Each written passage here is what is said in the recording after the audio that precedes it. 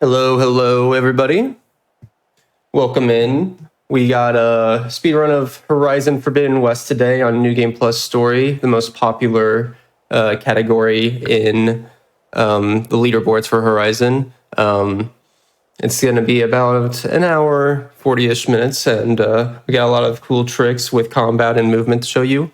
I'm joined with several commentators. Let's start off with GreedyOldKa. You want to introduce yourself? Yeah, thanks, Bdud. My name is GreedyOldKa, also a New Game Plus Story and ultra hard runner of Horizon Forbidden West, and here to share some insights on this run we all love so much. So, thanks for having me. And then we have actualuse or Alice. Hey, I also run New Game Plus Story as well as 100% and some other categories in this game. And last but not least, we got Recon. Hi, I'm the new kid on the block. I ran Spider-Man earlier in the event alongside Bdud, so excited to be here. Excited to look at some cool speed tech. Yeah, for sure. We're gonna have some good conversations. We got Greedy's a veteran of this category. Alice knows her stuff certainly, and Recon's gonna be able to give a good perspective on things from a more newer to the community perspective. So we got spectrums all across the board here. It's really nice. So the New Game Plus speedrun will be played from start to finish. We can start New Game Plus from within the base here from this little pedestal. And some things to note just before we get started is that we have a leveled up loadout of weapons that are fully maxed out and have like coils and weaves that are all the best stuff that we'll go into more detail later on, and all the other good stuff like potions. We also are skipping the tutorial at the beginning of this, so that cuts out an extra 10 to 13 minutes that any percent has to do. We will play on story, skip tutorial, and we'll start time when I skip this third cutscene up here, which I'll let you know. I'll count it down. But yeah, I'm excited to do this. This is going to be a great run. Yeah, it should be fun. Yep. And yeah, like Bdud was saying, with New Game Plus here, the machines don't get more difficult. We just have more stuff. So we have everything set up with our outfit and our weapons for a one-shot build throughout. But all right, I'm going to count us down right now. In 3, 2, 1, go. All right, and we've got about a minute and 28 seconds here on a cable car ride. So yeah, some of the things you'll see here at the beginning, Bdud's going to be doing a lot of sliding with Aloy. One of our main techs for movement is what we call in the community slide canceling, is where Bdud's going to run and then hit the square button or whatever you map it to when you play the game to slide Aloy. But in the middle of that slide, he's going to hit the run button again, which will cancel that movement and allow him to slide again. And we can chain two of them together. And as you'll notice, Aloy moves a little bit faster when you're in that slide animation. So as long as we keep chaining them, we'll keep moving quickly along the ground. So that's one of our main movements. We do have mounts as well in the runs. yeah. So the first step with this is to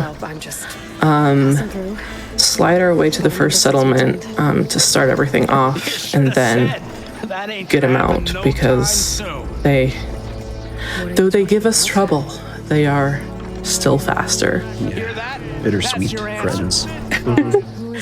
Yeah, a theme of running this is Aloy getting stuck and mounts getting stuck.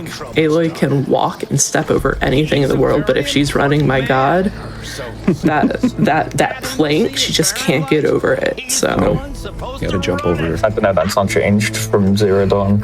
Yeah, my god. There's a little bit of detail in this world, if you'll notice. The engine is absolutely beautiful. This game is gorgeous to play and to speedrun. Very, very pretty game. Yep. Gotta love the Decima engine. Yeah. But with that comes a lot of hitboxes. A whole bunch of hitboxes on the smallest things that you could possibly see in the environment. So you will see Aloy stutter while she runs and stuff like that. Elevation changes are tough for some of our friends over there in Europe who see no hills in their countries. So, it's fine. Yeah, but for all that, the hitboxes make it a pain to slide, we do also use the fact that there's so many hitboxes to skip some stuff. Yeah. And the fun thing with this run is that in Horizon we don't have glitchless categories except for one small thing in Horizon Zero Dawn. But we don't really have glitchless categories because basically our biggest time saves are inbounds, just platforming. So, but yeah, so here we have several out of bounds to show you as well. Yeah. We got one of my favorite mounts, Steve. Yes. Steve the Charger. Steve the Charger. Yeah, so it's nice. Whether you're starting on New Game Plus or New Game, you do get Steve from the very beginning. Yeah, so you'll get a Charger. Aloy does carry that over from Zero Dawn, but it's the only machine that you get to start the game with an override. Try luring them into the trip wires. And so we're just Bdud killed those 3 scroungers and he's waiting for that save. Yep. First fight of the game. I restarted checkpoint right there just to skip the climbing down the ladder animation from that guy. And trying to line up my charger ahead of time because we want to mitigate the time of trying to call the charger. So we set it up. Early. Yeah, and we do a lot of that in this run of putting our mount where we want it to be before we start talking to people or before we go into a settlement because, I get it from a game design and storytelling perspective that she's going to talk after you go into a settlement to sort of give you your options, but when she's talking, she can't call her mount. So. Yeah. Yeah, the realism gets in the way a lot. So you can't whistle while you talk, so Aloy can't whistle while she talks. So as we wait for Aaron to make his way down, Bdud's getting set up for the next fight. He also couldn't really tell, but he flashed the map open. That will load in the map icons. Otherwise, it would be like a slow fade. And this way, when he opens the map, he can just fast travel immediately. Yeah, so just opening your map really quick will help. Yeah, like Alice said, the icons will take this slow approach to fading in when you first open your map and you've just discovered them. So we discovered a ruin on the way here, and by flashing the map now it's available right away for fast travel, and it is just a short flash of the map. You can hit the button, a double tap pretty quick and it works just fine. You don't have to actually wait for them to show up. Yeah, and nice and speedy. Yeah. So This fight is pretty well scripted. You get in, you shoot that trap down immediately, because if you don't shoot it immediately, it will fall and not actually kill that machine. Then we use a propelled spike, basically because it will fly further to get those last ones, but best case scenario, it will also kill both of them at once. Yeah, we're looking to get both bristlebacks coming down the back at the same time. Didn't happen here, but when they're all the way up top, it's a bit of a rarity to get them quick. Sometimes in runs, they'll delay when they spawn, but here they were coming down pretty fast. Yeah. So we have completed the major fights of the dawn. We're gonna be heading over to Barren Light, where the embassy is gonna take place. Do we want to explain a little bit of where the story is right now and the direction that it's going? Yeah, so we made our way from Chainscrape now to Barren Light. What we're doing is clearing out the bristleback machines from the dawn. They're causing a big mess. A work stoppage is in place, so we've cleared them out. Right now we're getting the Barren Light as a fast travel point. Now we'll head back and talk to the mobster of Chainscrape, Olvin, who kind of runs the town of his own choosing. He's got a work stoppage. We're telling him we've cleared out all the bristlebacks and things, and we're about to get people moving again. So your shops are open. You can start a bunch of side quests after this, all that kind of stuff. So this is kind of your early game, gotta do these things before moving on.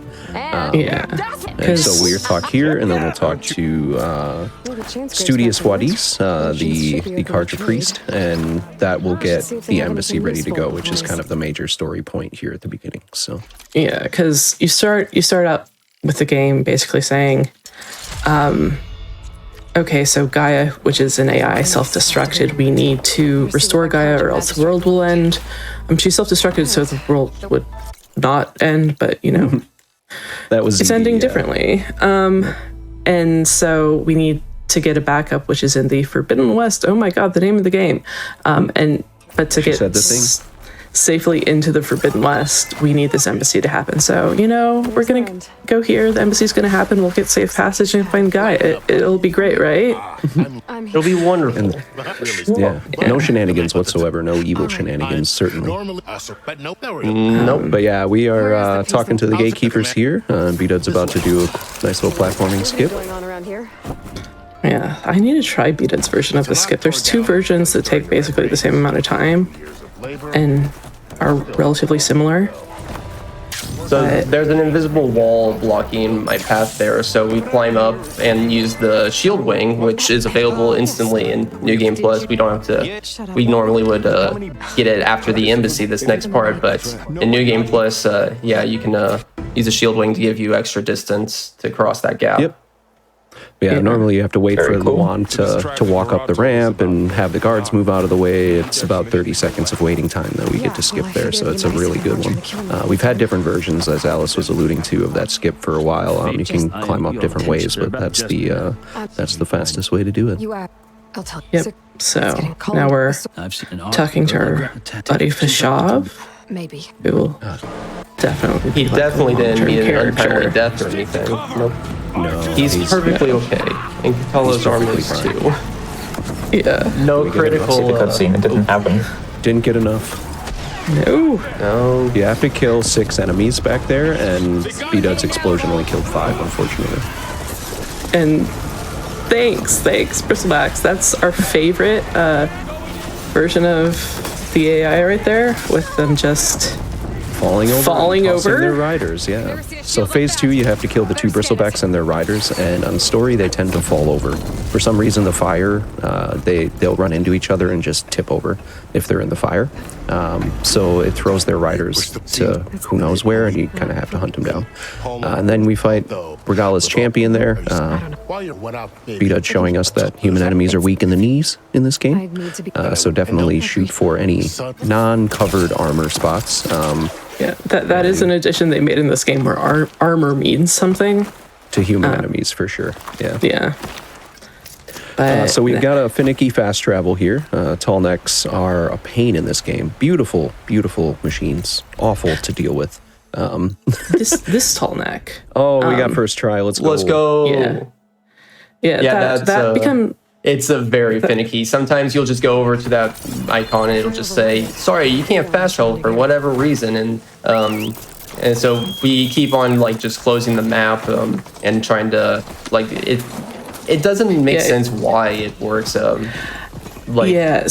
I mean, the reason why you get it is there's this whole rumor system where if you listen to rumors, like that woman right there is trying to give us a rumor, it will open up fast travel points after an RFS, but we didn't restart from save. It's just available to us. So you have to get it, but if you wait too long to be able to get it, Aloy starts talking in one of her phases of talking where she's giving a lot of exposition, so the game doesn't let you fast travel. So yeah, that particular tall neck fast travel is glitchy throughout the game. We will use rumors one other time, I think, to get a fast travel point. Yeah, the hunting ground in Plainsong. Yep. Yeah. So and there's a lot of people sitting around on the map. Bdud actually passed one just as he was fast traveling to the tall neck. There's someone sitting at a campfire there, and you can talk to them and they'll tell you about different things in the game, and then you can kind of go there. So that's what the rumor system is. Kind of helps you get around to things that maybe you're not seeing on the map until you get close. So. Yeah, and here we're doing a dialogue cancel. This whole run up is actually just some clever routing. We didn't follow the intended path because the intended path is like swimming across a lake. And a lot of what we do is avoid Aloy climbing and swimming because she's not terribly fast at either. I learned how to swim. I'm very good at those. So we do have a bit of a wait here with this hologram playing, but Silence is telling us how he kind of betrayed us at the end of HCD. There's a kind of a famous among Horizon fans scene of at the end of the game of him calling Hades back to him with our spear that we used to take him out so that he could get more information out of him. So if you watch and read all of the things here, you'll find that Silence basically tortured it out of Hades with showing him images of cute bunnies. So good stuff. Yeah. The Hades is reason an AI. Go ahead. Oh, go ahead. Oh yeah, Hades is an AI meant to basically reboot the world by destroying everything that if Gaia screwed up in making it. So he was basically there as a check and balance for a biosphere that would work when Gaia put something together. But he was separated from Gaia in the first game, and we had to kind of go up against him and his attempts to tear the world down like he was programmed to do. So because he's so hateful, showing him bunnies was torture. So he was willing to give up information by being shown cute little pictures. Silence certainly is a genius.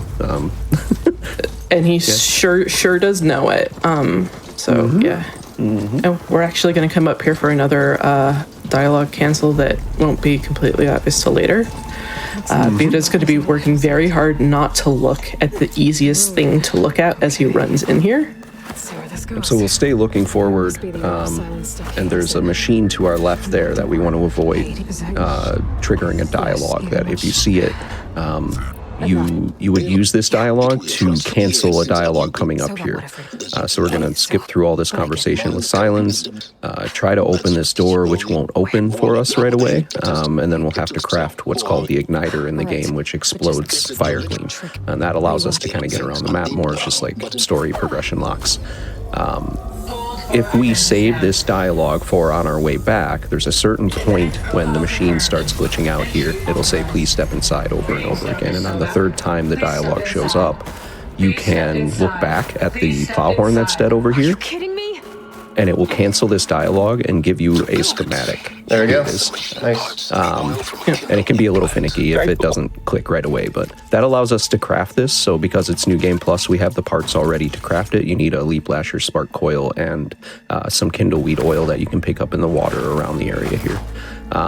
So we already have that. That skip saves us about 36 seconds of just Silence talking, basically. So we found a way to kind of use dialogue to skip dialogue in this game. So yeah, and so here we're entering Letopolis, which if you've played casually, you know is the site of a major info dump. It takes, even if you're going really quickly and not listening to everything, like a good 5 or 10 minutes to do. And this is the first skip I learned, not because I wanted to speedrun, but because I really like the game, and this just is a bit of a drag to do. And yeah, we can skip basically everything in here by going around and jumping up to the top.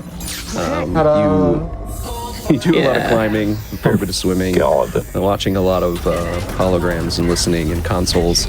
None of that here. We do none of that here. Yeah, this is certainly one of the biggest time saves in the entire run. It just there's a lot of checkpoints and triggers that you do have to hit in this game, but for there they kept it pretty lenient that you don't have to go to the side, so saves a lot. And the way Bdud did that is the fastest way to do it. However, there are several other much easier ways to make this work. You can literally just swim to one of the towers in the room, climb up a little bit, jump, and pullcast your way over and glide over. It's one of the most easy skips anyone can learn. So even when you're doing things casually, there's some really easy ways to do it that even if you're not a great platformer in a world like this, you can do it very easily. So Aloy's tendency to climb on anything and everything having hitboxes works in our favor. Yeah, exactly. One of the things that we use, it's a lot here. Actually, I don't know that we saw it just there. In the other version of the skip you do. You have a grapple, and you can use it to propel yourself up. It is introduced in the tutorial, and then casually you never use that technique, so I think people forget that it exists. Yeah, but the launch off of a grapple point is used a lot in our runs. So. So, because again, if you... Oh, sorry. We're getting ready for a fight with Eric here, where if you've done this casually, you know you got to kind of wait for a lot of things. It's a hurry up and wait kind of fight. You're just kind of surviving. But we are about to make this a little bit quicker with the use of a New Game Plus weapon, or DLC weapon, called the Spectre Gauntlet. So we can mark things and then shoot them with our gauntlet and they'll explode. So we hit, instead of just one red ring at a time, we're able to get all 3 on each side by doing this. So we save about 45 seconds worth of waiting on these skips. Yeah.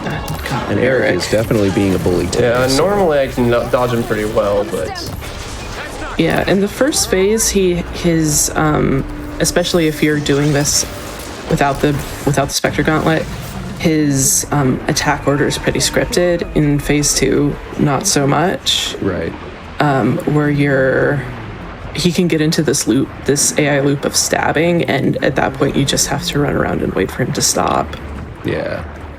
And if you stay close after swings, he tends to follow up. So like it's one of those things where just practice makes perfect. So. And the most unfortunate thing that I realized when I was practicing is I couldn't turn dialogue off because you need it for audio cues. But yeah, he's legitimately psychotic. So Bdud's gonna use the camera here to trigger a checkpoint that normally you'd have to swim around and do a whole lot of dodging some specters and things like that, which are new machine type enemies from space. As story-wise here, we've come to get a copy of Gaia from this facility, and this is where they tested Hades and Gaia back and forth to make sure that they worked together, and that, you know, Gaia would release and relinquish control to Hades when she needed to, and that Hades would give it up when his job was done.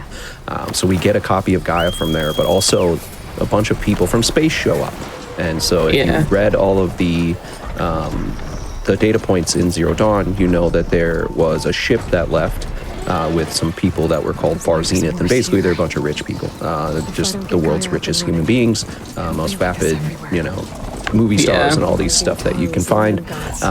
Very, very grandstanding, the bad guys. But you get this thing that says that their ship blew up. Well, it turns out that was a lie. They sent back that it blew up basically so people wouldn't look for them. But they have you find out that they have life lengthening technology. So it's the same people who left Earth 1,000 some years ago that come back. And they have some DNA that they used from Elizabeth and created a copy of her called Beta. And so there's another clone of Elizabeth Sobek, just like us, out there. And we will encounter more Beta later. So. Yeah, so this is us getting a fast travel point. The other upshot of finding Gaia is we found Gaia but no subordinate functions. So we found the location of Minerva, which is an administrative subfunction. Except it's in the Utaru territory. These are the Utaru. That was our new buddy Zoe. And this fast travel point, we're ostensibly getting their permission, but like they just got attacked to go into the mountain. And find our first subfunction. And so that fast travel point is sort of halfway up to the mountain.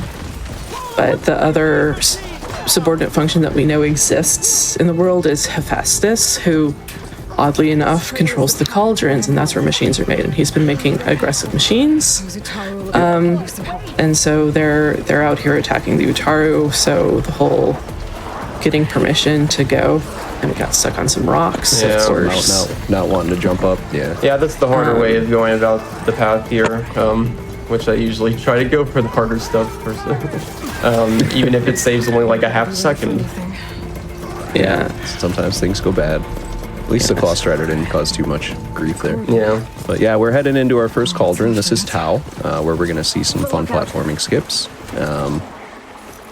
The mount can also come in here, but tends to stop if you're not quite lined up.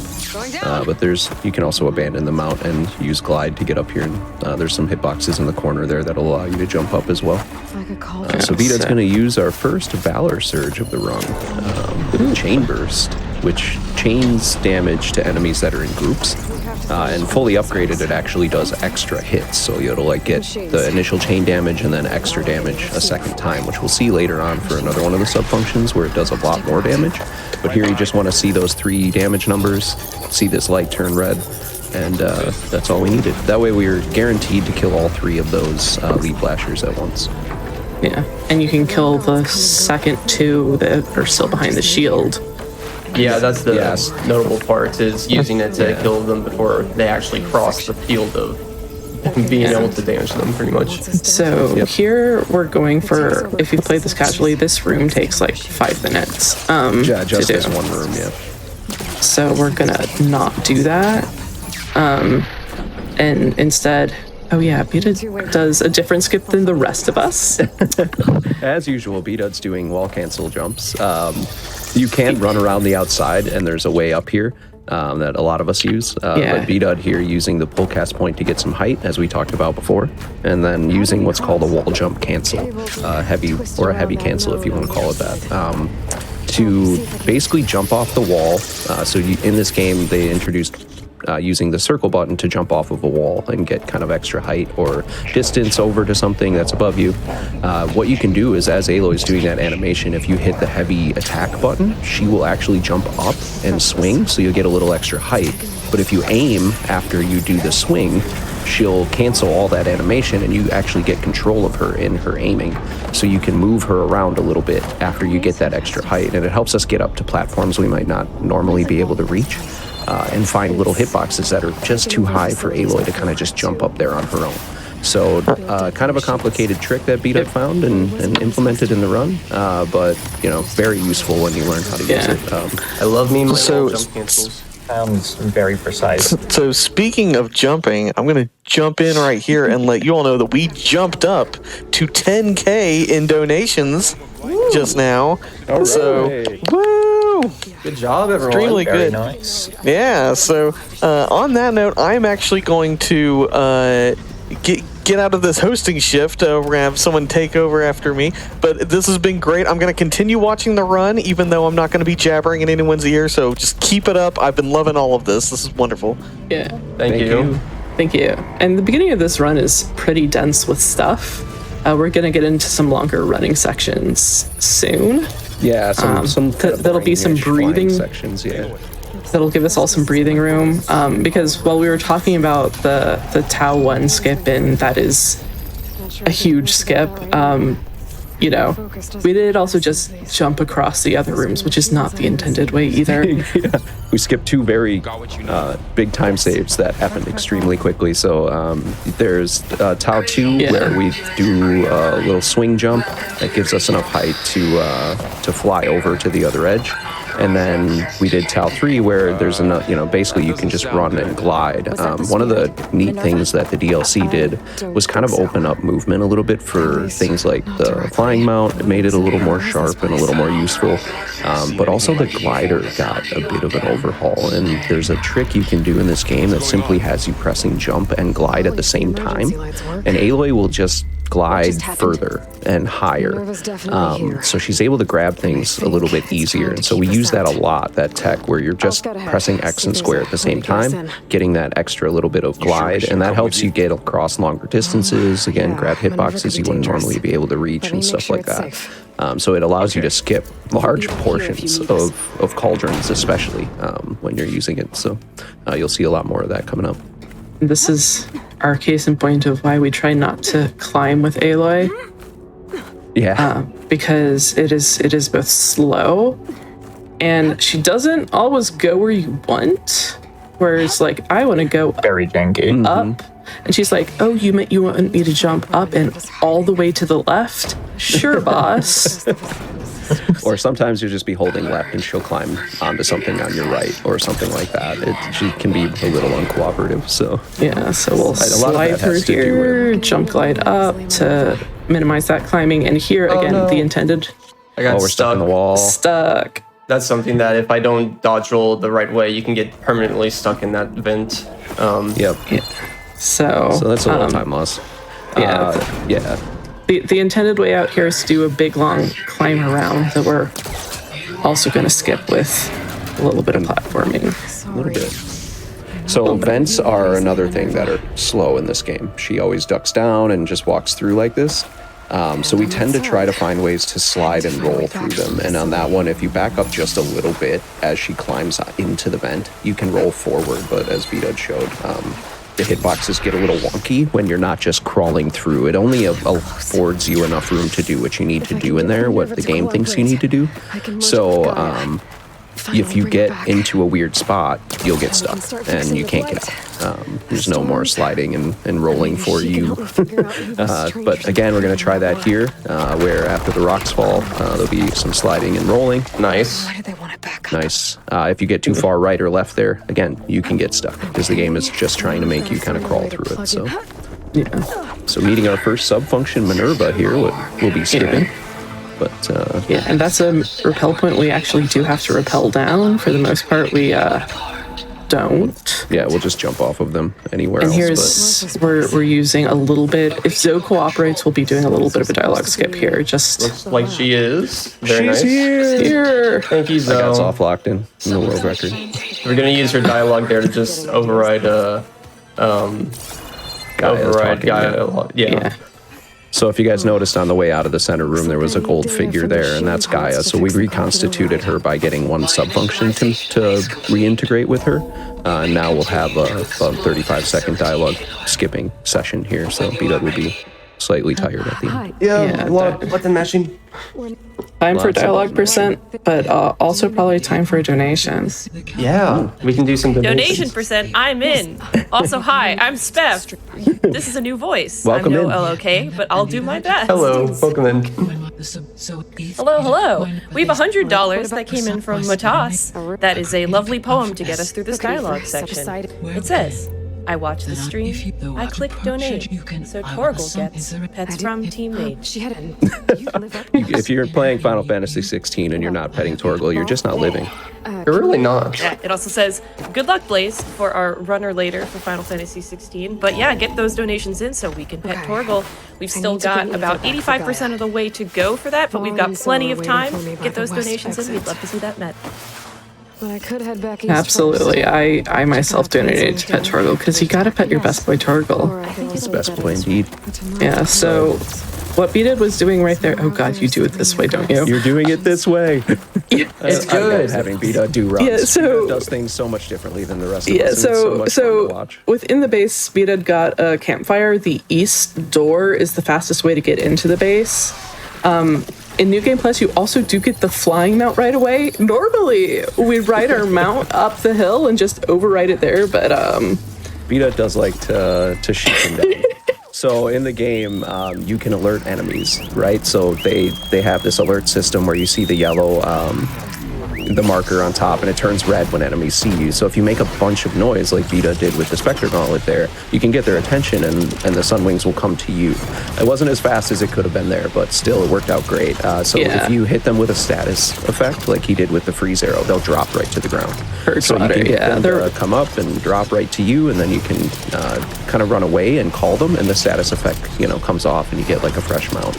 yeah, the nice thing with that is with Purge Water, Sunwings are really weak to Purge Water, so they get the effect immediately. Also, this is story, so they get the effect immediately, Yeah.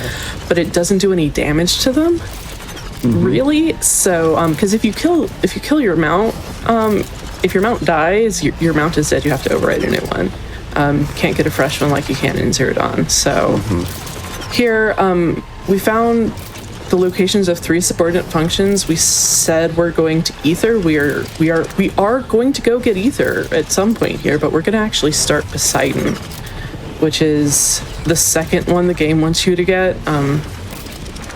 Because for Poseidon, we're going to craft something called the diving mask, and this is something that requires special machine parts. So normally you kill a machine, you loot it, there's machine parts, but special ones only show up when there's a quest. And for this quest and like this quest only, the special machine parts show up in any of the machines that you can get. So it directs you to a specific machine herd with a long leg and a bellow-back, but any long leg or bellow-back will do. And fortunately, we're going to encounter those as we go about our business. So we start this so we can go ahead and do that on the way instead of taking some time out to go find that machine herd, which there's never been an incident with that machine herd, you know? There's not a reason we routed it out of the run at all, though. Yeah. Normally, you wouldn't have to fly far. You'd go just a little further south here, and there'd be a machine herd. But it also contains some leaf lashers and burrowers that are an absolute pain. So, And it passes by some glinthawks. yeah, some glinthawks as well. Yep. So there's a whole bunch of very aggressive, annoying machines that throw things at you and jump at you and fly at you and freeze you. And so instead, we decided we'll just stop by a hunting ground and pick up a bellowback. And there's that long leg when we go get Demeter There's a later. butt. So there is a butt. As you skip the dialogue here, Moreland said there's a butt. So Yeah. we do dialogue skip poetry around here. Yeah, so we're getting this component of it. Bdud will swim to the top. When he breaks the surface, he'll restart from save to be transported to just inside the door. Then run forwards. You can't fast travel from inside here, but as soon as you step onto the little patio out there, balcony, you can fast travel. So we'll get that point by the Hive Rebel camp, and off we go to Ether.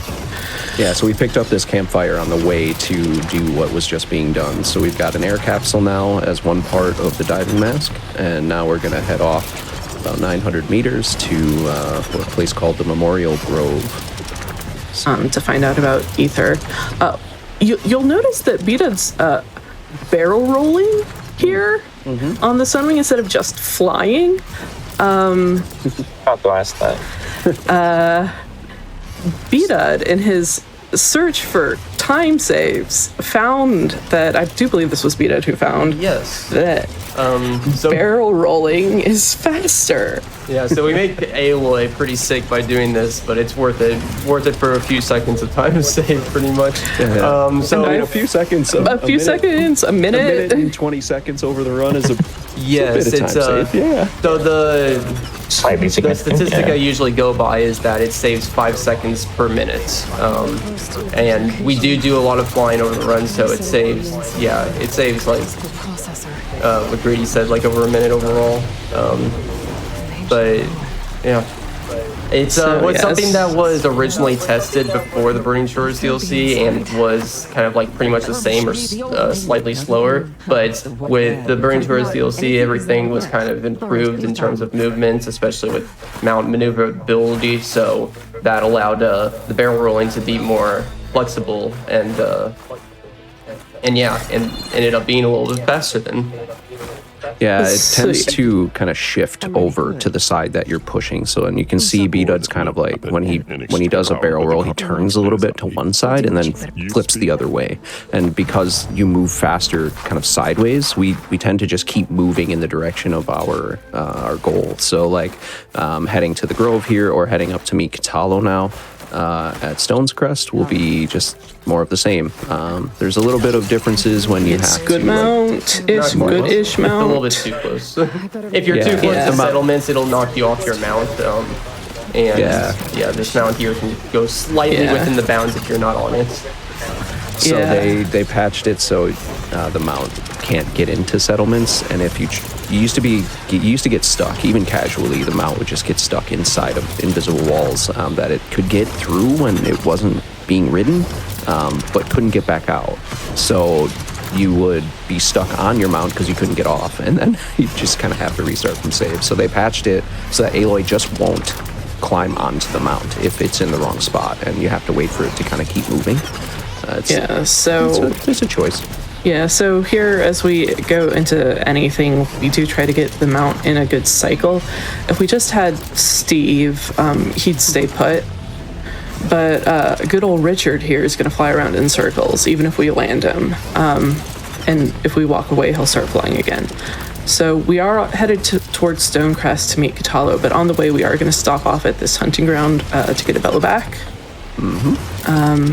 Yes. And there's a special sack that we have to, of membrane that we're picking up from the bellowback. Like Alice said earlier, it's only available when you start the quest for the breather, the rebreather, or the diving mask as they call it.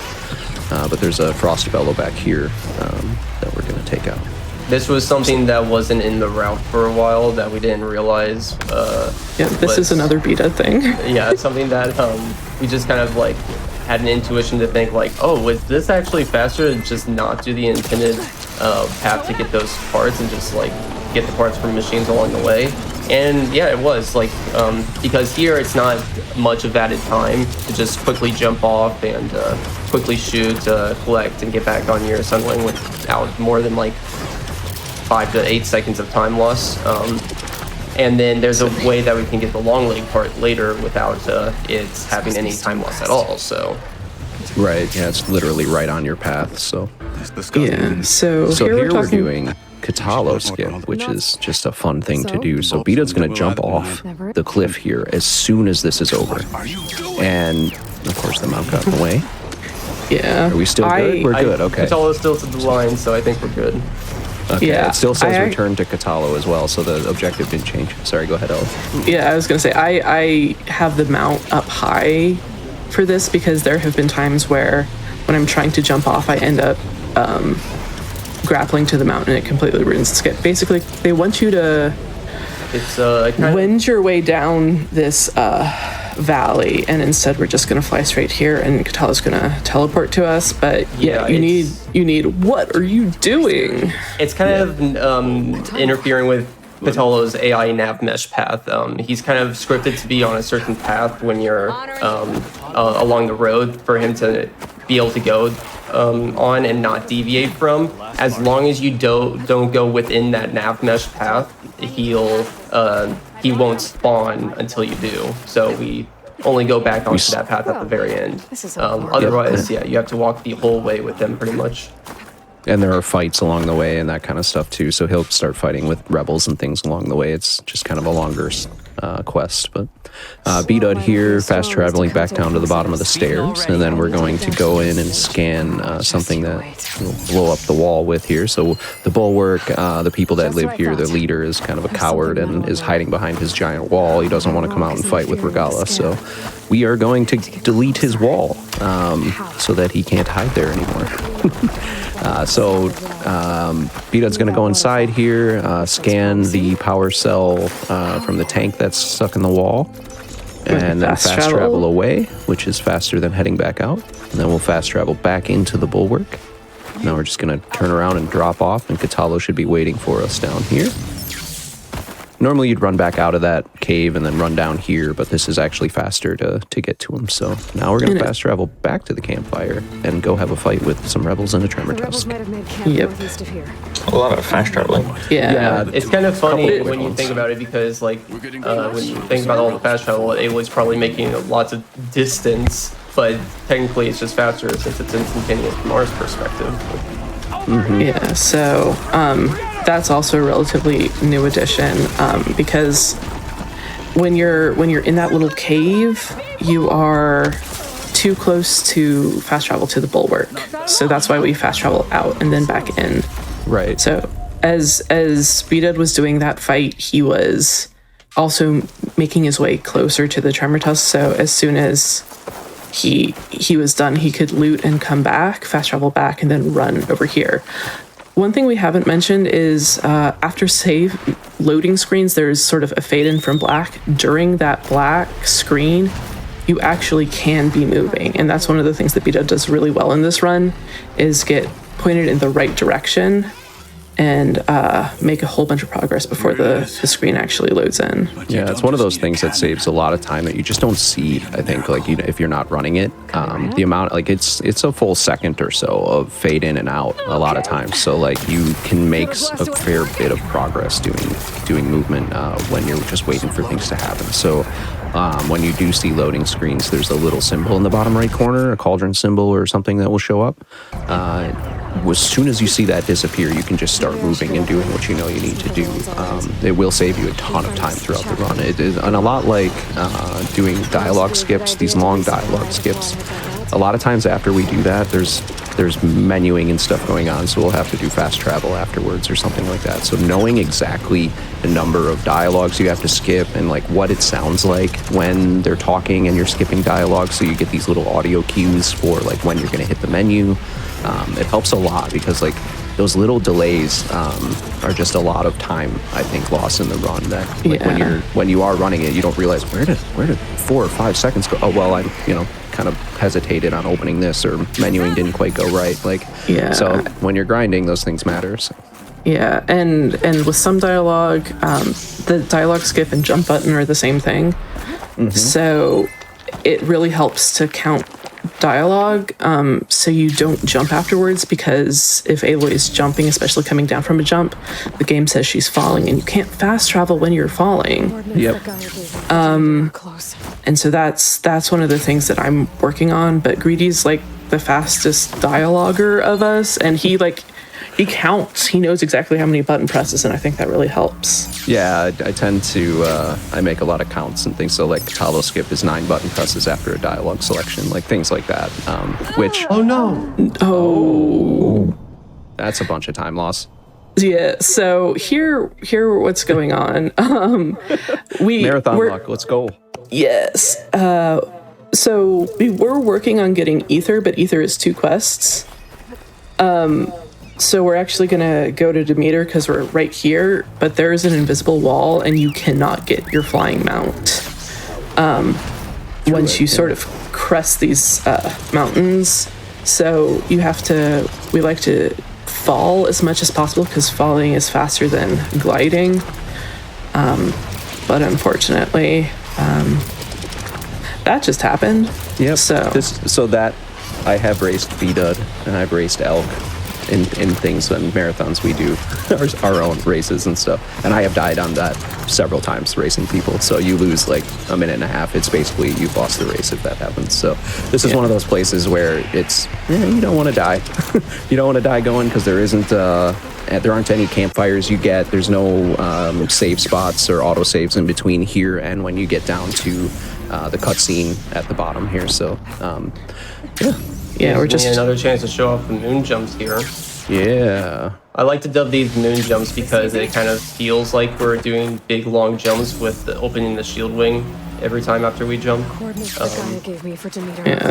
we're just trying to get all the way down to the bottom and call our charger again to run into a cutscene. Because even for some reason they've made it so you can't fly into Demeter. So this whole area around this location of the map, you're unable to call your flying mount. It will just tell you can't do it. Until you finish Demeter. Basically, you can't fly into Quen encounters. Right. So we used to be able to. There was a skip for going through the wall, and they patched the way the mount works to the point where we can't make it work anymore. It just will not go through there. So unfortunate. So here, Rip Rising skip. Yeah, but it's also like in New Game Plus, you have your Sunwing, so you could ostensibly fly to San Francisco, which is the beginning of Act 3. Mm-hmm. And you can't. There's an invisible wall there. So. Yep. So yeah, there's a lot of progression blockers in the game that you do need to hit checkpoints to get through, and they're very deliberate about that. So we just ignored those people who were trying to kill us. That's fine. That's our first encounter with the Quen, and they tried to murder us. It was really pleasant. Yeah. So we are doing the cool skip right here that saves, I think, no time practically. No time, really. No way out. But it makes you feel really cool when you do it. Wherever they are. So Bdud is now going to kill some Quen. If things hit. Yeah, so it would be nice if things hit from time to time. So there are. Oh, go ahead. Yeah. I was going to say there are currently 3 people we need to kill. If you were to hit the ground, there would be 6 people. There's a tree you can land on where there's where do we go? There would be 4 people. The select. There he is. There he is. Really foggy, really hard to sunlight. Yeah. Exactly. Yeah. The struggle is when you're at that window, you can't actually use your focus to highlight the enemies, and the guy in the back is too far to reach with your bow. So you do have to throw an explosive of some kind, either the spike or a bomb. Yeah. I'm not sure. Yeah. Okay. If you get Alva everything, for the first time. Yeah, Alva. We love Alva. You love Alva. Greedy does not, but the rest of us. But now we get to do I like doing the skip. I know it saves like 10 seconds if you get it first try, but our this is first gonna out be of a bounds. crazy out of bounds. Our first out of bounds skip, yeah. Another one Bdud found. Oh, that looks So it funky. it might look pretty intimidating at first, but it's really not as bad once you Yeah. know Where to go. The hardest part of this is, well, the hardest part is sort of navigating up here, but really you're just running in a straight line. The hardest Getting part back is in actually the getting the wall jump. At the beginning, you do the wall jump heavy cancel that we talked about earlier to get that boost to get out of bounds. And then once you're out of bounds, you just have to go straight and not veer off to the side and land in the water. And then getting Here- back in the little hole back in the end can be kind of a pain. If you run by it, her legs tend to like spread out, so her hitbox gets wider and she won't fall through. So Yeah, there's a so- long leg here that Bdud's gonna come back and kill. Yeah. Some of us kill it on the way in and just loot it on the way in, but we're gonna have But some that's, talking. Yeah. That we can use to come back out and do it as well. Yeah. I've never actually tried it that way before, so. But yeah, through that tunnel, Bdud slid in and jumped because that is actually a normal sized tunnel. But if you slide in and jump for whatever reason, it's big and you don't do the slow walk. Yeah, a few spots where you can jump through tunnels, yeah. So here we are. We're just going to do a little bit of pulling Alva around so she can freak out about data. I'll see what I can find. And I do. Sorry, go on. Oh, go ahead. No, if you got a question, go ahead. If you can help, I do want to ask a little bit about the movement. Did they change how sliding works between games? If the slide cancel is faster? Because I do remember in Zero Dawn, it's very different, faster movement. mostly what they did is they changed how rolling works. So in Horizon Zero Dawn, the fastest movement is to roll everywhere. Yeah, you can roll endlessly. Here, by default, after 2 rolls, you will stumble. You can use food and armor modifications to get that up to 8 rolls, which and on the 9th you'll kind of stumble afterwards. Yeah, which we use that for swimming only. So there's evader coils or things like that to help us move along. Gives us 2 extra like quick movements, and then Bdud using the dialogue time here to loot the long leg that doesn't want to sit still. Do we get it? We got it. We're good. We got it. So now it says there, you'll see the Nice. red line. We don't have to go to the machine herd now as part of the quest with Moreland. Yeah.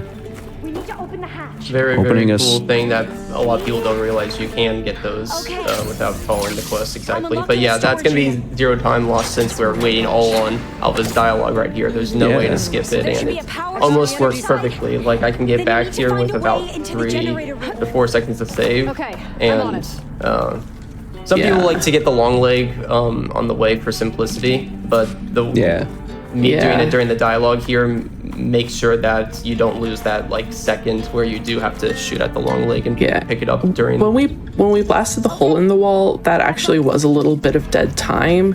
But while Alva is going through her spiel, you actually can't do that. So we take a couple of seconds time loss there. Because you can't do anything about it otherwise. We need to keep moving. Yeah, so there's a Test station Ivy, little keep bit of moving. routing around, going back and forth, and like some of the things that are interesting, I guess, about it is like depending on your preference and how you are with movement and things. You might get caught in tunnels like this and not get rolls or slides the way you want them or whatever. Yeah. So like you do actually have to be really good at getting yourself back through there and knowing how it's quick. So like one of the things Bdud did in that tunnel going in and out was roll, and there's one small spot in that tunnel where you can just start a roll. So little things about that make it And you work have better. to know about your vines, because vines some places are just brick walls, and vines in here are non-existent. They don't have hitboxes. So there's an invisible machine that Bdud is gonna not one shot. Oops. It can turn invisible. And What is that? hi. Thank you. Go down. Thank you. Fortunately, you get a lot of shots that you can do without having to just stop your movement before you reach the door. So Right. Yeah. So Typically, here, a focus shot like that will take that out in one hit. It just didn't this time. So Yeah. no crit doesn't help. But yeah. yeah. So now have we we're talked about the crits yet? We have with not. The sharp shot bow. but So yeah. we are doing a little bit of a skip here though. Yep, so we'll climb up and out over here. Bdud's going to climb over the wall to kind of make our way out to a workbench. There's a hologram playing inside right now that normally we'd have to wait for a door to open afterwards, but we found a way to kind of escape Demeter and go over to a workbench to create what is it called? The flower module? The vine cutter. Vine cutter, thank you. And Yeah, I haven't thought about what Bdud it's is actually also going to called. have to run over to get a door to open. Oh, yeah. That is right. I forget that from time to time, which Yeah, honestly, you all did. you have to do is, it's because of the skip that we did originally where the guys didn't go through the door here. As long as you just like go over There it here a little is. bit and turn the camera away, then the door magically opens. Yeah, but the biggest thing to the workbench. here is that at the end of the hologram, we get the schematic to construct the thing. So if you're right by a workbench, you can construct it. Too early. I need a workbench. But the intended path has us do a little bit more running around to get back here. So right after So- this dialogue, there'll be a save circle where it'll give you the schematic, but you can't quite craft it yet. Yeah. But you have to wait for an autosave circle to show up, because that's when the door in the building to let us out opens up, and you can't craft it until after that happens. So But yeah, otherwise, back to Craig coils. I said earlier that this is sort of set up to be a one-shot build, and the way that we do that is through weapon modifications, coils. The biggest one that we use, at least the most important for our sharp shot bow, are these elite critical hit coils, which were added with the the DLC. DLC. They boost our critical hit chance as well as our critical hit damage. They're really OP. You can only get one, technically, sort of, per playthrough, but you do a bunch of playthroughs or you use a duplication glitch and you can get all 5 on your bow. So we get like an 80% chance of critical hit or something, and we do a lot more damage, and that allows us to one-shot basically everything on story. Yeah, basically everything if you get the right hit. It also has turned the ultra hard run into a much faster ordeal. The idea on ultra hard though is that you do need to hit components and eyeballs and things like that. Eye components, I guess, are like if you hit a machine in the eye, the red part of their eye, they will automatically critical hit. It basically boosts your chance of getting it to about 100% with all the coils. So you can still miss it. It's like 99.9, but it's not very often. So Yeah, so here we're returning Demeter, our first subordinate function. So we've started all 3, but we're doing Demeter first, and that's the one that the game wants you to do third. It's furthest west and has the highest recommended level. Oh well. And we're about to hear about Eleuthia, which is another subordinate function that may or may not still be out there, but there was a distress signal, so we're going to go check that out. yeah. In the meantime, as we get our ducks in a row, for that, maybe one quick donation. Look it up. Yeah, absolutely. $10 came in from Blaster Mac, who said, "Amazing to see Bdud running Forbidden West New Game Plus. The community is an awesome place to be with great tutorials, which is how I got into running the game, which has been a blast. Good luck and have fun with the run." Almost didn't Thanks so make much it. for that generous donation. Thank you. Thank you. Yeah, speaking of, if you guys are looking to try this run out, we do have a series called Learning the Horizon that I hosted. So it's a full view of everything, every detail that I could come up with for the New Game Plus runs. So if you're looking at doing this or even just want to try it out, over on YouTube, we've got a Learning the Horizon series that you can check out. We'll definitely be binging that after this run.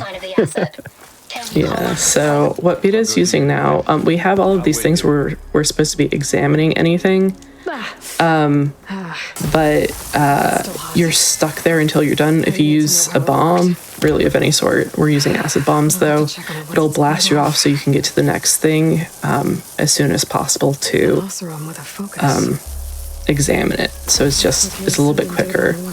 And if Aloy does some breakdancing, she stands up really fast and you can get there sooner. Her animations tend to defer here. If you get blown off to the side, she might lay there a while before she stands up.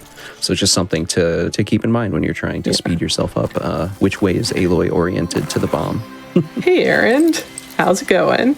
At the end of it, you restart from save and you're just transferred to where you need to go. Aaron is fixed in place, including if you don't do any sort of skip, he just sort of is there. And now we're going into here to figure out what's going on. We're actually going to use the acid for this panel. Any element, you can do fire, you can do frost, you can do I missed acid, and it Shot too didn't far. work. So if you hit in front of the console there, the cloud will cancel her doing the boop boop boop animation there on the screen, and it saves you like 4 or 5 seconds getting over there to the door. We will use it later in the run, so we'll see how it actually works. And here we're going through not the intended way. And Bdud being careful not to jump too far out of that window. There's an invisible checkpoint. Yep. If Aloy doesn't talk about how big room is, you aren't going to be able to access this panel. But going that way and going out that way allows you to kill a specter faster, basically. Ooh, I remember this mission casually, actually. Really cool. Yeah, it's kind of fun. You can, this fight is interesting in this room, but what we're going to do is jump right back up there and lay a trap and move along our merry way. Are we? Are we going to lay a trap? We did. Oh, we're using a spike trap. Is that close enough? It is good. Yeah. All right. Yeah, so what Very I found nice. out recently is we often lay an acid trap. I'm heading up top. If it doesn't immediately kill it and the ticking acid damage kills it, it doesn't count. You have to go back. So, Oh, I've not had that. I've had it where it killed it late and it still worked. Interesting. I was running on PC. Maybe that was it. Yeah, But that might be it too, yeah. Yeah, because I've definitely had that happen where it didn't kill it right away and then I had to wait for it to tick down. But as long as I think it dies before you start the Varl dialogue at the bottom of the hill there, maybe it works because it died pretty quickly. It wasn't like it took forever. But yeah, so we just one-shot that other Spectre, and now Beta's trying to get that prompt as soon as possible because it just starts a quick cutscene. Yep. And what we saw at the beginning was one of the Zeniths, the bad guys, was fighting some rebels, and these rebels are Silence is in charge of them, and they're experimenting with a weapon that can break the shields that the Zeniths have. They're basically indestructible, which is why we couldn't just kill Eric in that fight earlier on. So he found a way to circumvent their shields, and that's what they were testing there. So what we were examining was that weapon that was left over, and the weapon actually falls apart on us. Silence is good about that, making weapons self-destruct so that people can't see what he's working on. But it sent all data to him, and we are trying to kind of decode that and stuff. So what suit is Aloy wearing? Aloy is wearing probably the North Under Warrior, but this is the Karja Stalker, maybe Transmog. Yeah, so the outfit that I'm actually wearing for stats is I forget. Yeah, I forget the name of it. The Thunder Warrior. Yeah, the North Thunder Warrior. Yeah. Why are Poseidon? Oh, you're right. Oh, cool, Root. Nice work. I'm you could used do it the other to the grinding in the good old days. Yeah.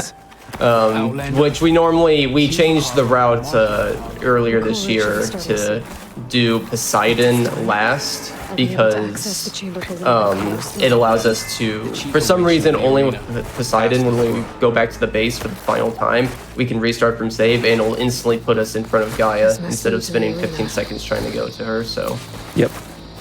So here we're doing the cool route. The reason why we needed the Sky Clan to play ball is that Hikaru needs more marshals, what with almost all of them being killed at the embassy, and so he's going to do a cool route, which is a machine hunting challenge to find new ones, and he needed all clans to participate. And we had some holdouts. Yeah, if that happens, then he'll let us get ether, which is underneath all of this. So we aren't actually participating in the cool route. All these people potentially are. We're actually going to defend it because we assume with a large gathering of Tanakh warriors, Regala's going to attack it, which, you know. She certainly does. Yeah. So we'll see another use of the Valor Surge here, the Chain Burst, which is most useful here because there are waves of enemies. And if Bdud's lucky, we will get what we call an early cool route skip, where you'll kill all the enemies in the first 2 waves quickly. And that makes it so that the 3rd wave doesn't spawn, but it looks like we've got a bit of a mess here. Yeah, some not great grouping. Oh, that's not bad. We got him. Still not too bad. Nope, we're good. I will say that back, looks so- very satisfying. Yeah, it's fun with the chaining of the damage. And then we have a snake to kill here, which... Normally I use a dark it's top bow dead. there, but I was out of arrows, so... Oh, nice, yeah. Yeah, so I used the spike thrower as a backup. Nice backup, yeah. part of the struggle with the cool route is you get a combination of Ravagers, Scroungers, and Claw Striders. Claw Striders don't really have easy weak parts to hit, and Scroungers just run off and do their own thing. Yeah, they're not really interested in fighting. It's strange. So the Scroungers can get separated, and if you get a lot of Claw Striders as your first enemies, you don't necessarily do a ton of damage. The easiest thing to do is to aim for Ravager cannons, because that's a weak spot, and it will transfer that damage to all of the other machines. Yeah, so like we were saying before, the chain burst does 2 hits, and the first hit is the max damage that you've done with your shot. It chains, and then it chains like 60% damage on the second one. And that's another RFS to teleport out, and Bdud's, as soon as the loading screen stops, is going to jump over a hole, actually. Yeah, if you're starting to run this game for the first time, everyone's common mistake is falling in that hole.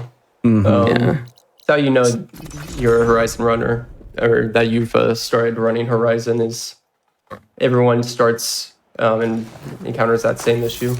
Yeah, the best part with the new Poseidon route is that once you get to Demeter, you don't have to fly until you get all of the subordinate functions. So yeah, that's either done. Nice, quick, and easy, and then we'll be headed for Poseidon. Yeah, well, so we'll first head off to Vegas and swim for a while. We have to talk to Beta again. Basically, in the basement. Oh God, Varl's like, there's something important you need to hear, and then something important is like maybe not all of the Zeniths were uniformly terrible. It's like, thanks, Varl. They're kind of terrible. I mean, yeah, but one of them was nice to me once. Yeah. Which has some story indication later. Yeah, but you get a little bit of at the beginning in the tutorial with some of the data points that Elizabeth and Tilda have a kind of a little relationship, but... I think Tilda might have been more into it. Yeah, she's just not that into you, Tilda. But, so now we're off to Poseidon. Yeah, I did eat some Ruby Sunrise. Yeah, just notice underneath Bdud's health, he's got a little spiral symbol there, and that's the evader symbol. And with the little plus next to it, it helps give us 4 more quick swims under the water if you eat that. So it adds 2 levels to your evader skill, basically. And so you can roll more, or you can swim faster underwater more. And as Alice alluded to earlier, it's much more useful underwater. So. Yeah, so... And we're going to do a lot of water stuff here. Yeah, what with Poseidon. The funkiness on the walls, by the way, Bdud has something called Thalassophobia relief on. We don't necessarily need it in New Game Plus, but in New Game we definitely use it because it doesn't... You don't have to worry about drowning before you get the diving mask. Yeah, and if you do have Thalassophobia, it makes it look not underwater. You can also see all the walls really well. You can see all the invisible walls really well if you happen to be swimming out of bounds. Yeah, definitely. So here, we have some dialogue stuff that we need to hear. We need to get Aloy into a position where she's gonna see a door and talk about it. Before we can move on, right? So after we hear her say all of this is enclosed in a dome, there's a little door over that way, but we can't swim that way because there's a current. Poseidon is pumping water up from that giant hole in the ground. So we can't get through there until we get rid of the machine as well. So she needs to say Poseidon's probably on the other side of that door to be able to come over here and actually get this prompt. Eventually, otherwise this red light doesn't show up on the on the screen here. So No, hun, surely not foreshadowing. Actually, we're swimming. yeah, we're swimming, and we're actually the pulses. Beta just pulses his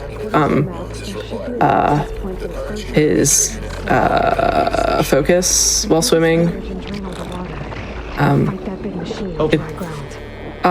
This is the worst. Stuck now. She won't go down if you get stuck here. It's like you gotta move her around a bunch. She won't just like swim downwards, even though there's only a small lip. It's a thing. Yeah. So the pulsing, just you see where the machines are, which is fine. And here, Vita does it nicely, so you don't get a huge swing at forced camera angles. I am not so considerate. So here, yes, we're using the acid, so Aloy doesn't hang on to that valve while she twists it. It just magically happens, and we can get swimming earlier. You do have to wait for that sluice gate to come up. If you don't wait for it, the game will soft lock. So you kind of have to wait for that to move, and then she has a dialogue where she's like, okay, on to the next one. So we're gonna head across to another hole in the ground here where Bdud will swim down and then get another gate open. Hopefully the climb will go well, but another out of bounds once we open the next gate. Yeah, so the nice thing about swimming while you're doing this is even if you're on ultra hard where you're actually taking damage potentially from the acid, if you have a status effect and you go into water, it'll clean the status effect up for you. So here, if it works, Beta's going to dive down and then swim up high and hopefully just jump out of the water here.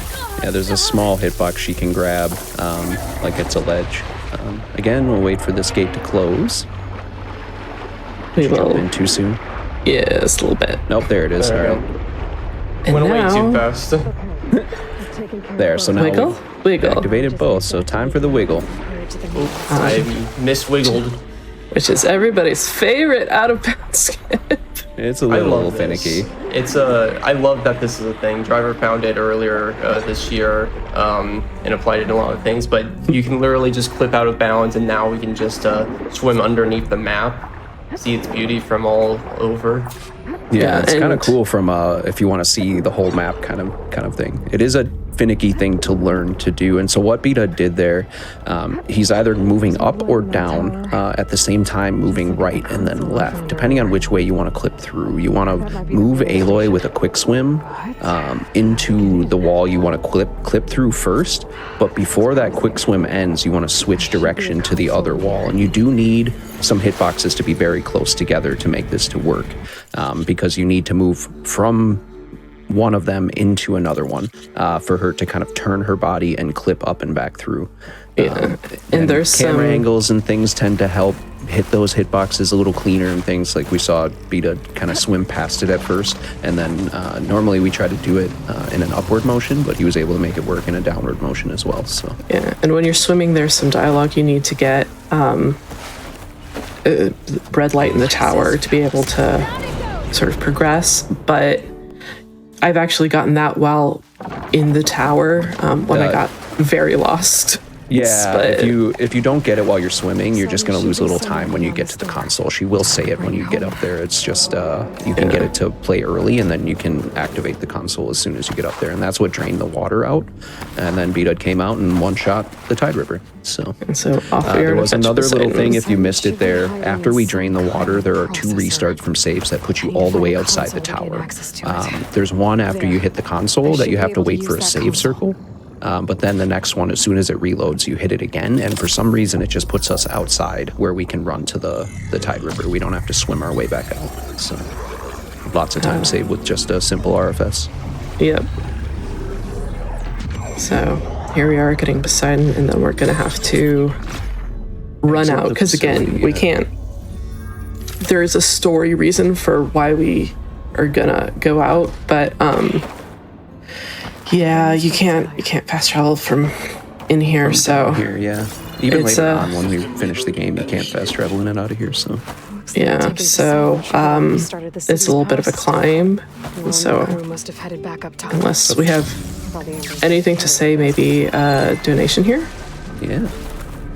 Yeah, we can absolutely do that. I'd like to remind all the viewers at home that we currently have an incentive open to pet Torval during the Final Fantasy XVI run later today. Each pet, up to 10 pets, requires a donation of $250 collectively. So, if you donate, you not only get to help an incredible cause, but you also get to help pet the dog. And we had an anonymous $250 donation come in with no comment that gets us one whole pet closer to that 10 pet maximum. So thank you so much for that generous donation, and keep those donations coming in. Awesome. Adorable. So this is actually a bit of finicky spot. You have to really work the camera to be able to smoothly grapple your whole way up there. If you're playing casually, there's an elevator. I cannot recommend the elevator enough. Yeah, spinning the camera around and then Bdud there at the end, canceling launch at the very top to kind of shoot himself over to the door. So no. Yeah. Yeah, you go inside, you get the save circle, and you RFS. Yeah, and so the nice you have thing to with, walk inside the base to make it work, yeah. Yeah, so all of our RFS skips save time, at least on PS5 RTA. I don't know about PS4 and PS4 loading times. I made a spreadsheet a long time ago. It's probably still somewhere in the Discord about which things were worth it if you run on PS4, because the loading screens are quite a bit longer. So there are some things that aren't worth it. On PC, it's load remove time, so it's always worth it.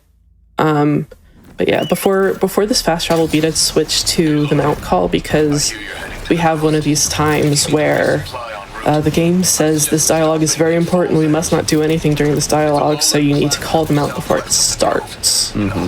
So as soon as, like we were talking about, doing things during the fade-in of after a fast travel, you only have that fade-in time to call this mount. So you have about a second after you fast travel to be mashing the button to make sure it works. So you want to make sure you're on the right mount too. Yeah, and you can restart from save, but if you aren't on the right thing, then you're still going to have to arrow over, so it's worth to just make sure you're there. That's also another reason to kind of know your quick save or your quick use wheel.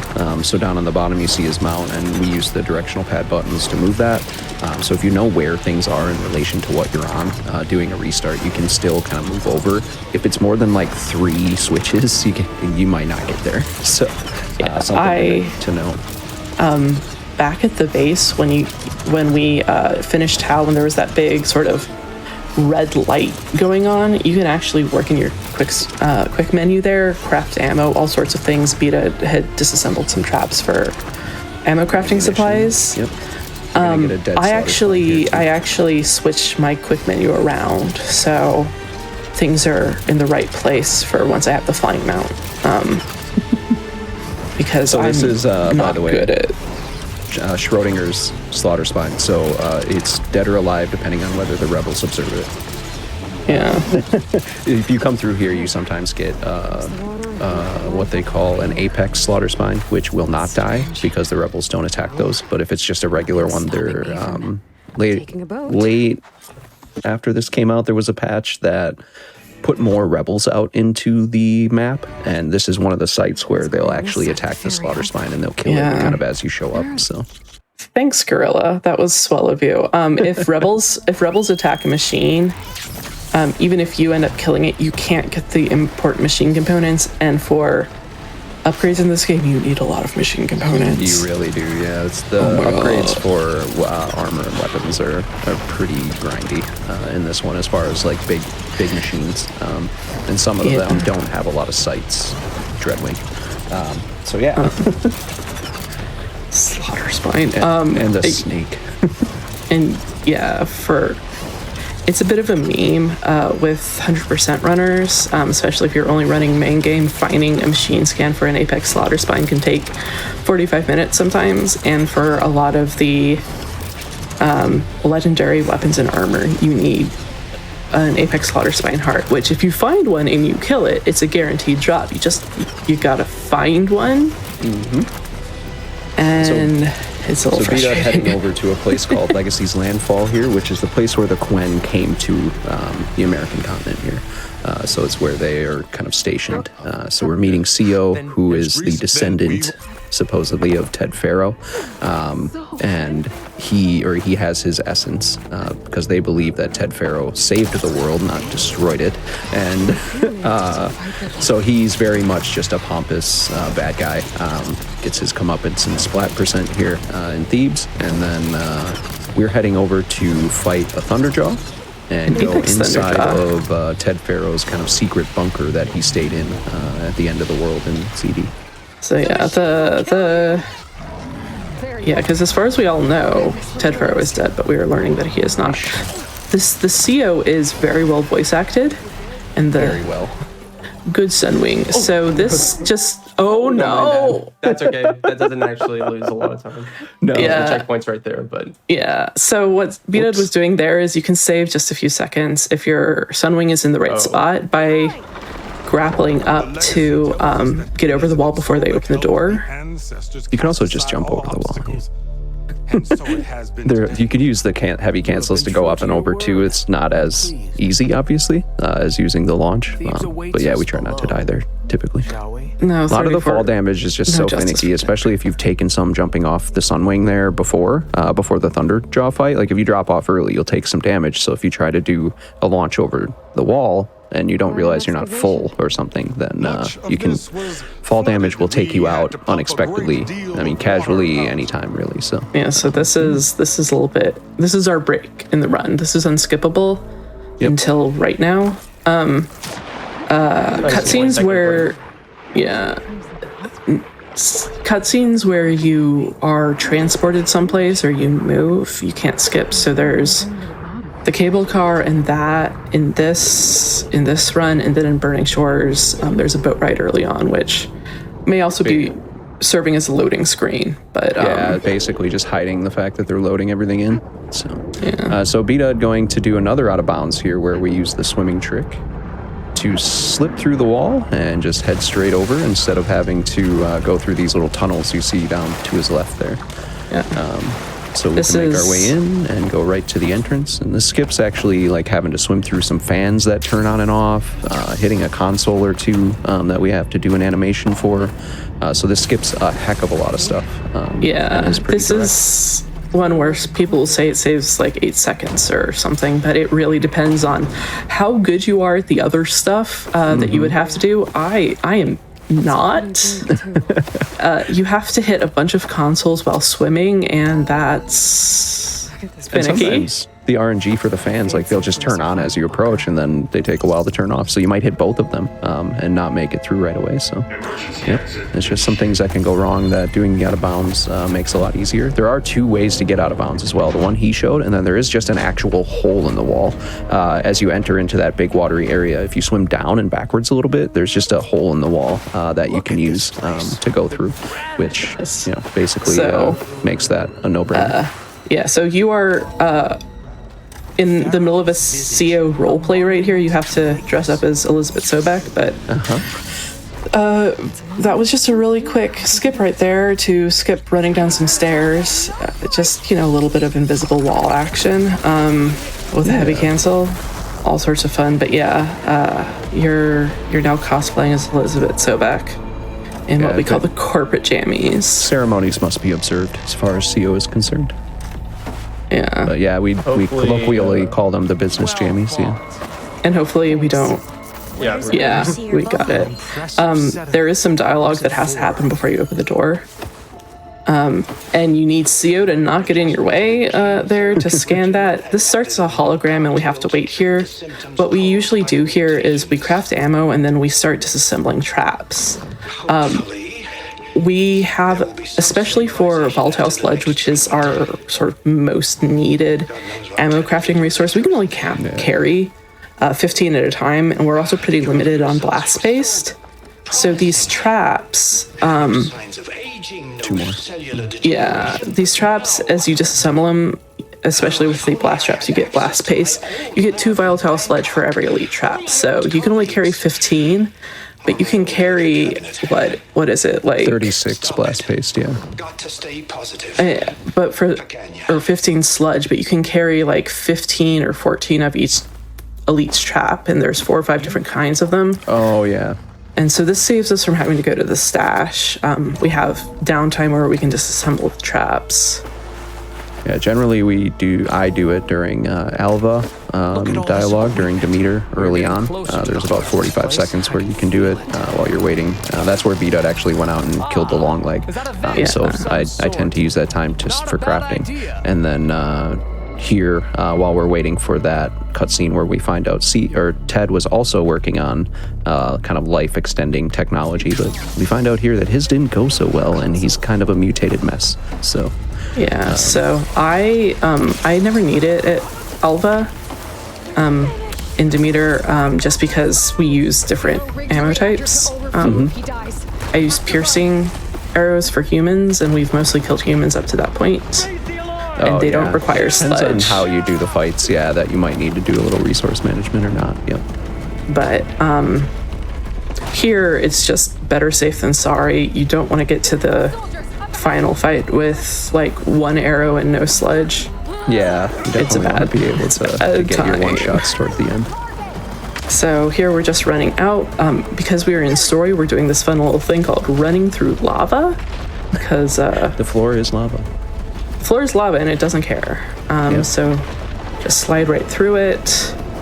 Eventually, on console, one difference between console and PC runs, you can't do this skip on PC. The collision just isn't there for you to climb that wall the way Vita just did. So that's our escape skip there. Saves quite a bit of time than running around. Yeah. Oh, yeah. So we don't have game sound, so we did miss the vent of some sort.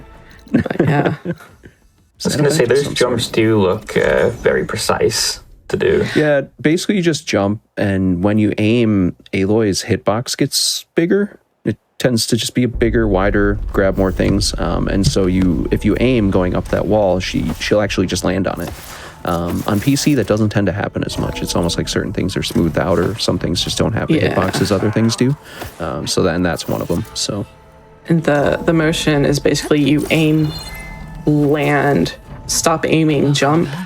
It's the same, I think, button pattern as Infinite Jumps used to have, which is something basically, that got patched out of this game with the DLC. So sometimes people who've played before with IJs think we're doing that, but no, we are actually jumping up a ramp. And there's several places you can do it, including in the tutorial. You're right. So what? I don't Except we say hi and bye to Rost here. Hi, Rost. Bye, Rost. Hi, Rost. Yeah, he's it's the only point where he actually shows up in the speedrun. Yeah. Rost raised Aloy. Not her father, but raised Aloy. And she's telling Vita that that's her father, not her biological father. Let's just say that. Yeah. She's kind of using him as the role model, saying, I'm a fighter because I had him. It's, there's nothing different between us, but we can win together and we can be different, even though we're the same. So, because Beta's a little scared, little bit afraid of the people who held her captive her whole life. Yeah. Oddly enough, and who isn't occasionally afraid of Gemini? Occasionally. This split never goes wrong. But that was really clean on these 2 machines. Nice. Yeah, I didn't know you could shoot the Ravager through the shield. It's the RNG if he'll come through the shield or not. His weapon was sticking a little bit out, so I utilized that opportunity. So we're going to make sure to get a dialogue here about building the machine, because if you don't, you'll soft lock, which I got in my room yesterday. I had to come back into the room to get the dialogue. Yeah, when I go in, I actually... some kind of production chamber is what you want to see there. So we're good. What I do these days is because I've gotten that soft lock too many times, it's a very, very hard sort of soft lock. It is correctable, but annoying. I make sure to stare right at that little puddle where they're building a machine as I come through the door, because that's what will eventually trigger that dialogue to happen. Right. So here we're manipulating this to have as few machines to kill as possible. So we left that long leg alive, but killed 2 leaf flashers and left a trap. Did you get it? Okay, good. And so Just barely.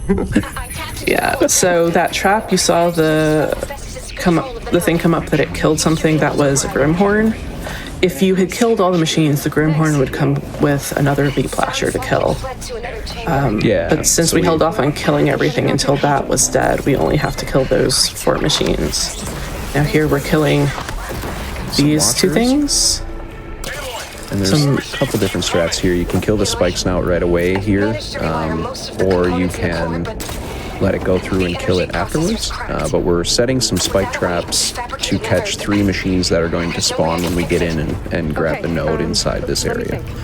So there's a Bellowback and a Watcher that will spawn, and then once you've killed the Bellowback, a Claw Strider will spawn. It's probably easier to get all 3 of them if you kill the spikes out in here. It just feels really cool to kill the spikes out. Yeah, because you launch yourself up with out early, it tends to mess with the movement of the machines because it's laying there in their path. Yeah, but nice job getting marked there early. So otherwise, what Bdud did there was kind of cut off the time that you'd have to wait for them to come into the room through the shield to actually hit them. So we get them where they spawn and save a lot of time. So yeah, very, very good Gemini. Very good. This went about as well as it could go. Yeah, and even if you don't get all 3 of them, if you only get the first 2, mark the Claw Strider at the end comes in fairly quickly because you got the other 2 immediately. Right, yeah, killing the Bellowback first is really what you want to save the most time because that spawns him right away. So yeah, and it's just the Bellowback. It's not the Watcher because I've had 2 kills go off and then the Watcher trots his way in. Yeah, stumbles in because you've hurt him but not killed him. Yeah, I didn't hurt him. I put the trap in a very bad place apparently. That one is weird. That third throw is a little strange. So anyway, we've finished now and we're capturing Hephaestus. Finally, the last sub-function is ours. Except we get ambushed by the Zenith and we can all say goodbye to Varl now. Bye, Varl. Yeah. Bye, Varl. Varl is just, he's just leaving, just going on vacation.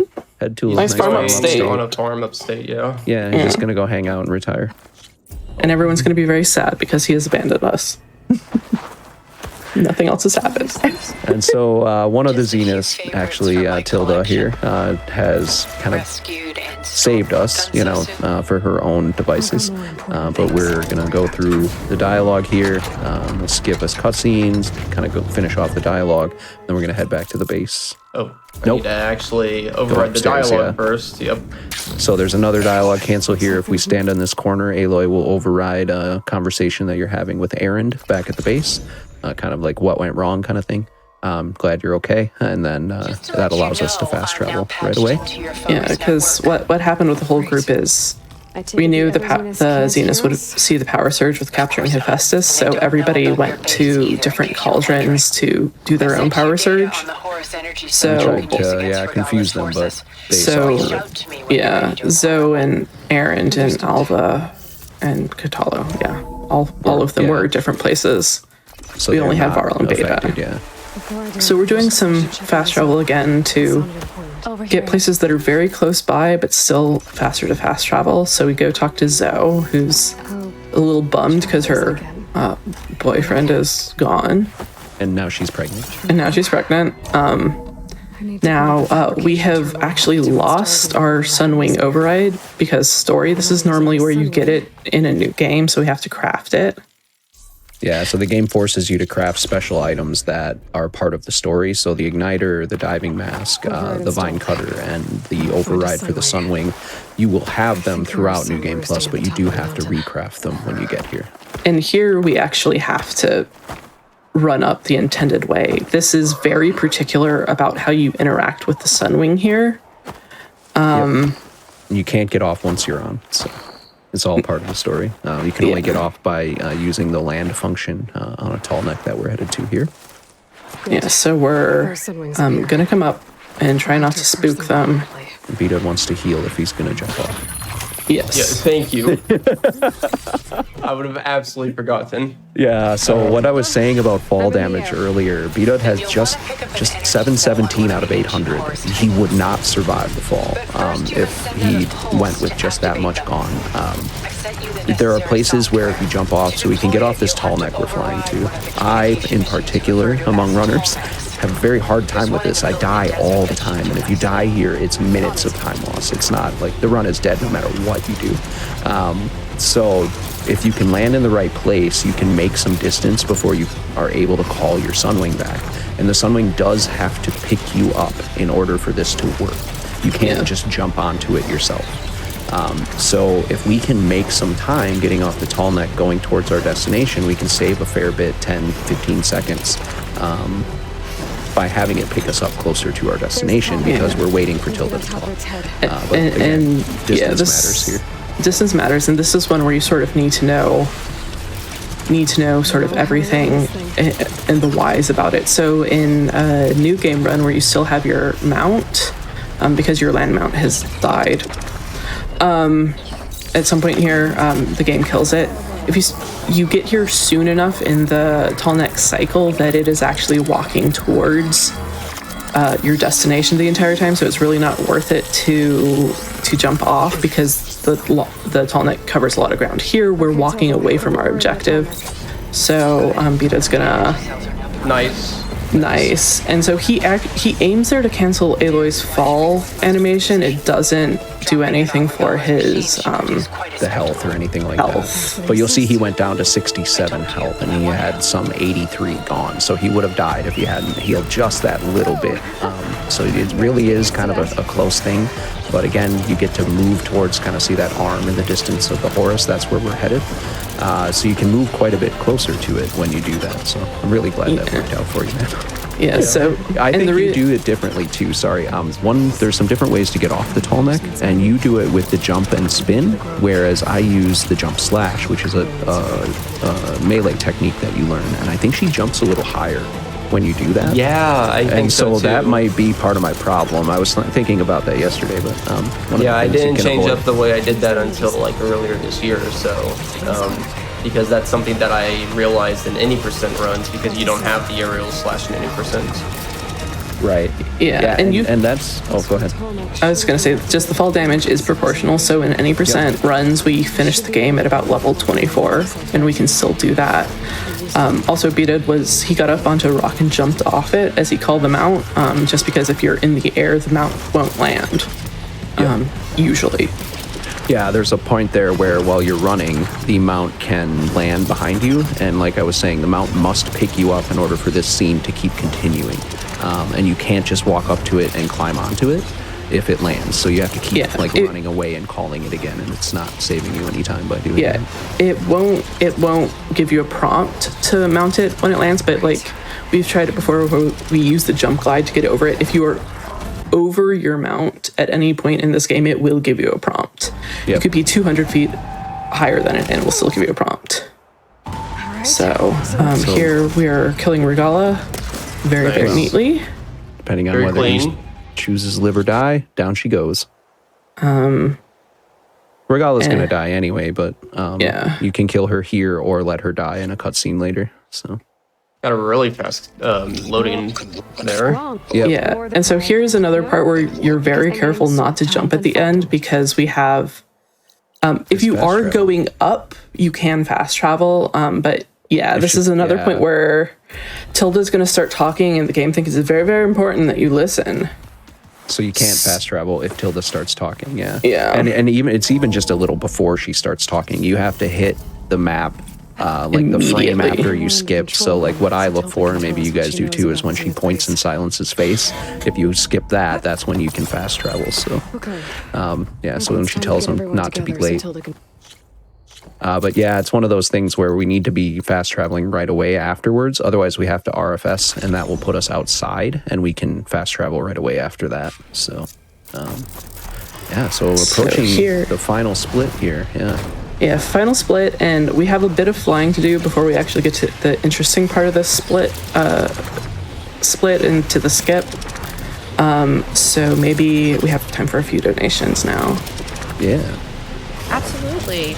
We are making great way on those Torgal pets because Arden sent in $100 with no comment, but it did get us just $11 away from the third pet for Torgal. So please keep getting those donations in. Again, as a reminder, every $250 we have donated for direct relief to that incentive gets us one additional pet for Torgal during Final Fantasy 16. So thank you so much for that generous donation, Arden, to help us pet that dog. And we also had $50 come in from Anonymous with no comment, but we appreciate it so much regardless. No comment is needed, no name is needed. Everything goes towards a great cause. Thank you so much. Yeah, thanks. We can keep going, I think, until we hit that the beach over in the chorus. distance. Yeah. Yeah, if you have anything else, yeah. Absolutely.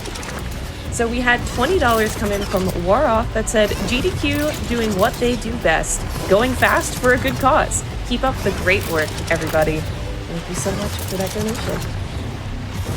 Remy also donated $50 to Direct Relief and said, great games, great cause, well done, GDQ. Oh, thank you so much. And I agree, these commentators and runner are doing absolutely fantastic, and everyone who's been on the marathon so far has done an amazing job. So shout outs to all of you. You're all incredible. Oh, thank you guys. Thanks. So here we are at this is actually where we're supposed to meet up with everyone to start this quest, but we're going to do a little bit of shenanigans with checkpoints here. Yeah, so we pick up a campfire where normally it would be your point of no return for the final quest of the game, or what beats the main story anyway. So we're heading off to Out of Bounds. Bdud's gonna hop off, recall his mount, and then use it to clip through this shield that Aloy keeps saying she can't get through. Yeah, it is the least looking out of bounds skip, but it is also probably the one that saves the most time. That's the thing. All of our out-of-bounds skips save like 30 seconds or less. They're fun to do though. So nice, instant first try. Awesome. So he's gonna fly here towards,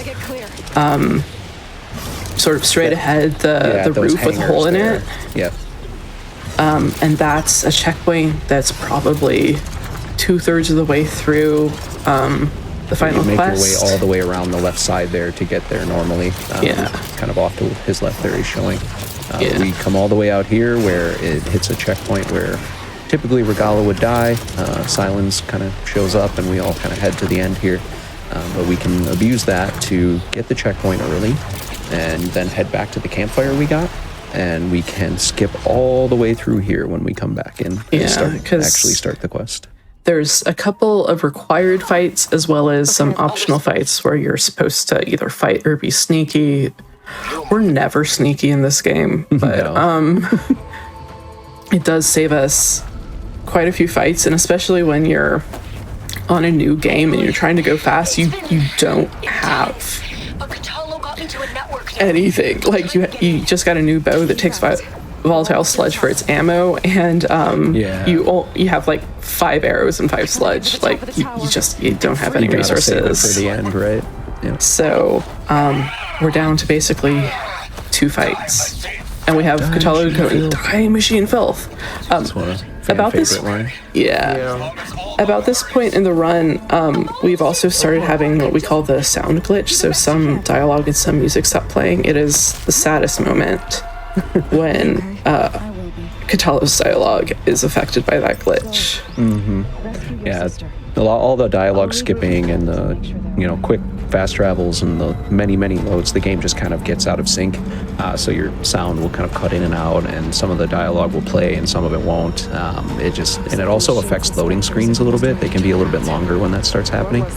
So when we reset runs, generally we reset the app to make sure that doesn't keep happening. So Bdud using the one spot where you can get a headshot on Eric, and before you take his helmet off, you can shoot him kind of above his neck there in the back of the head, and the game only sees his helmet kind of in the front of him. So getting the one shot on Eric there, and the climb. When we get to the top, Bdud's gonna skip a cutscene, fight Tilda, hopefully get a one shot on one of her weak points, and then there'll be another cutscene that we run to where time will stop. So after the fight, the cutscene it's not immediately as soon as Tilda dies. We have to skip a cutscene and then run. Yeah, head to the end cutscene. Bdud can call it. Nice. There we go. There's the one shot. Dead. So now we gotta just make it over to the end here, and yep, time's gonna end in about right now. GG. GG's. We did it. We saved the world. I think. Kinda. No, Sorta. I mean, From stealing. threats coming down the line at all? Nope, not at all. No, there's definitely no AI that was made from all those weird old people that is really, really angry at them for locking him away for 1,000 years. Is definitely not a thing. Yeah. So that's New Game Plus. Yeah. Yeah. That was her Forbidden West, the main game of Forbidden West, which I really love this run. Whether it be New Game Plus, 80%, or Ultra Hard, it's always nice going through the events of this story and utilizing the quick movement with Aloy and all the combat strats. Always a joy. Yeah, movement and stuff, like, we put a lot of time into perfecting how things work and really trying to understand, obviously, how these skips work. Bdud, I mean, above all, I think, some of the stuff that we've seen here, most of that we can attribute to him. So always really just a great runner to have showcase this as well. So great job, dude. Appreciate it. Yep. And thank you so much for helping with commentate, Alice, Recon, and Greedy. Your insights are beyond, they're beyond great. They're so in-depth and detailed. I'm in such a good place to have you guys here to help describe the run and explain it while I'm focusing on the run, so thank you. I want to give a few shout outs to everyone, to the community, the Horizon community. We have a Discord where we're always talking about strats and just talking about the game in general. No matter what the category it is or challenge that we're doing, and we always have a good time there. There's stuff that we're doing on the side too. We just ended our Bango League, which Bango and Horizon, we've been getting good headway on that, I feel, and it's been really interesting, especially for an open world game like this. So yeah, lots of new stuff in the works over on our Horizon Speedrun channel, and then you can find our Discord on SRC for Horizon Forbidden West or Zero Dawn.